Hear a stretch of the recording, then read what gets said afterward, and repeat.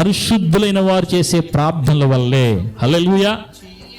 పరిశుద్ధ గ్రంథంలో మోషే గారు, ఏలియా గారు, హన్నా గారు, ఏమండి, ఎస్తేరు, మన ప్రభు అయిన యేసు, వీరందరూ చేసిన ప్రార్థనలు ఏం చేసినాయి? ఏలియా గారు చేసిన ప్రార్థన కానీ, మోషే గారు చేసిన ప్రార్థన కానీ, అబ్రహాం గారు చేసిన ప్రార్థన కానీ, హన్నా చేసిన ప్రార్థన కానీ, ఎస్తేరు చేసిన ప్రార్థన కానీ, దానియేలు చేసిన ప్రార్థన కానీ పరిస్థితులను మార్చేశాయి.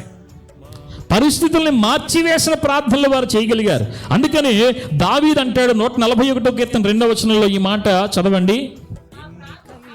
నా ప్రార్థన ధూపం వలె, నేను చేతులెత్తుట సాయంకాల నైవేద్యము వలె నీ దృష్టికి అంగీకారములగునుగాక.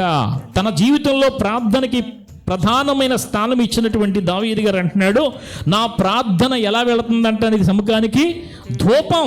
ధూపం అంటే ఏంటి? సాంబ్రాన్ని మనం వెలిగిస్తే పొగ వస్తుంది కదండి, అలాగా ప్రార్థన.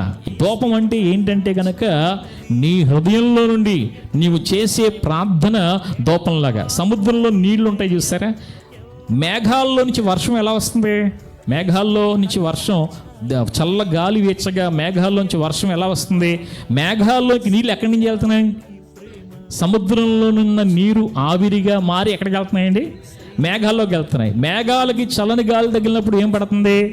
వర్షం పడుతుంది. అలాగునే నీ ప్రార్థన అలా ధూపంలాగా, ఆవిరిలాగా ఎక్కడికి వెళ్ళాలి?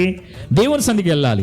అది దేవుని సన్నిధిని తాకగా, దేవుణ్ణి తాకగా ఆయన జవాబిస్తే ఆ జవాబు వర్షంలాగా నీ కుటుంబంలోకి వస్తుంది. దేవునికి మహిమ కలుగును గాక.